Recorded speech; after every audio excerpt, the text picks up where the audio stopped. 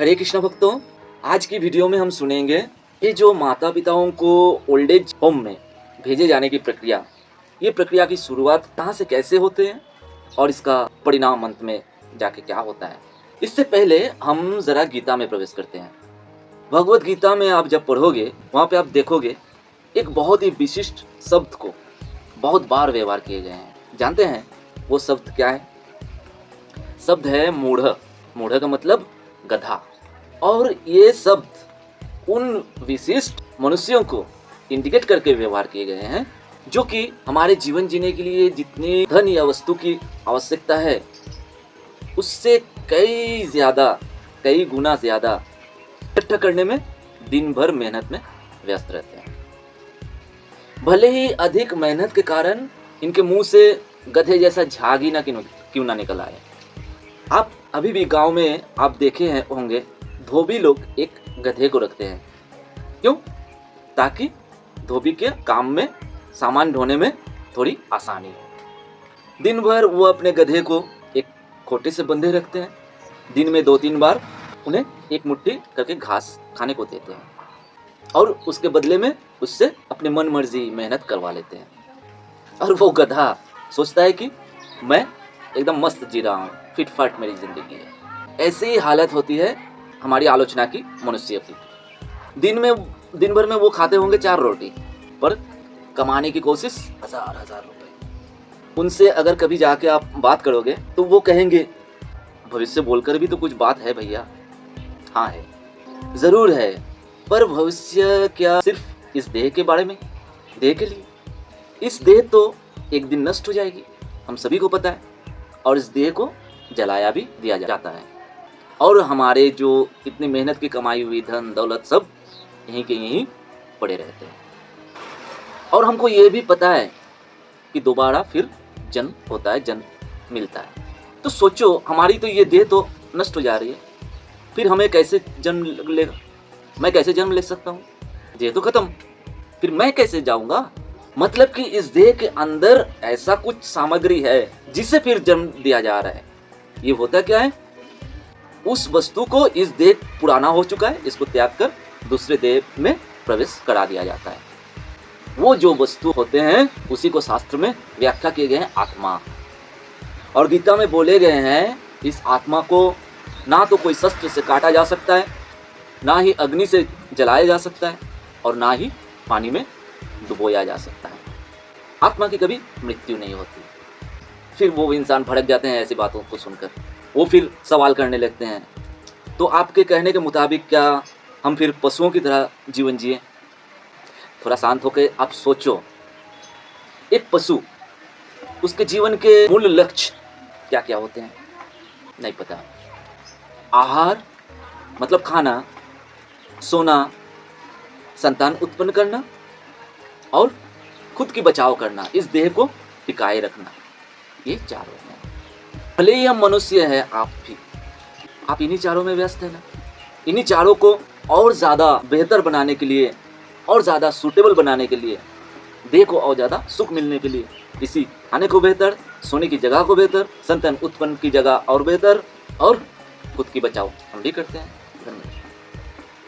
तो पशु की जो 4 मूल लक्ष्य होते हैं जीवन के, हम में आप में भी वही अगर दिखे तो हम भी वो पशु समान हुए कि नहीं?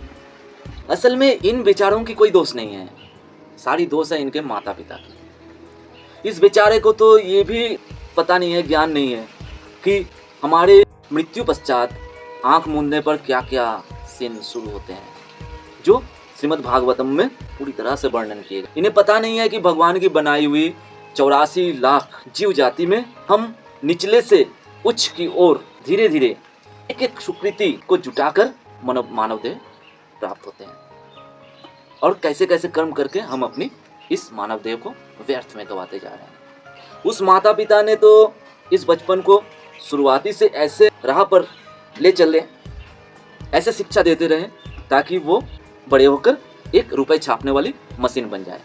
आज बने भी है वो, पर उस माता पिता को ये भी समझ होनी चाहिए कि अधिक धन के साथ अवश्य ही ऑटोमेटिकली एक मनुष्य में और ज़्यादा पाने की लालच और अहंकार अवश्य ही आएंगे। और इसी लालच के वश वो बेटे अब सोचते हैं कि मेरे ये बुजुर्ग माता पिता बहुत ज़्यादा खा ले रहे हैं, इनके कारण मेरा खर्चा बहुत ज़्यादा हो जा रहा है। ये सब सोच से वो क्या करते हैं, या तो अपनी स्त्री संतान को लेकर अपने बुजुर्ग माता पिता को वहीं छोड़कर कहीं अलग रहने लगते हैं, या फिर उस माता पिता का ठिकाना कर देते हैं कहाँ, ओल्ड एज होम। अब आप माता पिता लोग सोचो क्या फ़ायदा हुआ ऐसे रुपए छापने वाली मशीन बनाकर। आपको कभी भी ये सोच नहीं आई कि मशीन बनाने के साथ साथ उन्हें एक अच्छे इंसान भी बनाया जाए। भगवान बड़ी जिम्मेवारी सौंपते हैं एक माता पिता पर कि मैं एक पवित्र आत्मा को तुम्हारे पास भेज रहा हूँ, अच्छे से परवरिश करना। वरना भगवान अगर चाहते तो बांझ भी रख सकते थे, है ना। सब लोग कहते हैं कि माता पिता भगवान से बड़े हैं, पूरी तरह गलत बात। कारण बताता हूँ। एक आध्यात्मिक दीक्षा गुरु, उसके शरण में आप रहो, उसके साथ रहो। वो इस देह को निर्वाह करने के लिए भौतिक शिक्षा जरूरी है, रोजगार करनी जरूरी है, इसीलिए वो भौतिक शिक्षा सिखाते हैं। उसी के साथ पैरेलली हम असल में जो आत्मा है, इस आत्मा का अंतिम लक्ष्य क्या है, उस लक्ष्य को पूरा करने के लिए वो आध्यात्मिक ज्ञान भी पैरेलली सिखाते रहते हैं। इसीलिए शास्त्र में गुरु को भगवान से भी बड़े कहा गया है। शास्त्र में यह भी कहा गया है, अगर एक समय गुरु और भगवान दोनों आसपास खड़े हो, आपको किसे अपनाना चाहिए, किसे चुनना चाहिए? शास्त्र कहते हैं हमेशा गुरु को चुनना चाहिए। भगवान से गुरु बड़े होते हैं। इस कारण से एक आत्मा को उन्नति कराते हैं देह निर्वाह के साथ। अगर कोई माता पिता ऐसे कर्म कर सकते हैं, इस तरह से परवरिश कर सकते हैं, तो कह सकते हैं माता पिता गुरु से बड़े। पर माता पिता तो बचपन से ऐसी दिशा में लेकर चलते हैं, ऐसी शिक्षा देते रहते हैं कि भविष्य में जाके वो रावण जैसा बने, क्योंकि खुद के अंदर आध्यात्मिक ज्ञान ना होना। और अंत में जाकर आप उसी रावण से राम मांगोगे तो नहीं पा सकते। आप भगवान से अनडिवाइडेबल, अविभाज्य एक पवित्र आत्मा को भगवान से दूर हटाने की सारी प्रक्रिया शुरू से करते आए हैं।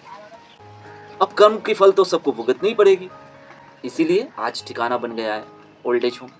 आप ही के कारण, आपके उस एजुकेटेड बेटे को अगर आज कोई भगवान के बारे में सुनाना समझाना जाए, जानते हैं वो क्या कैसी बातें करते हैं?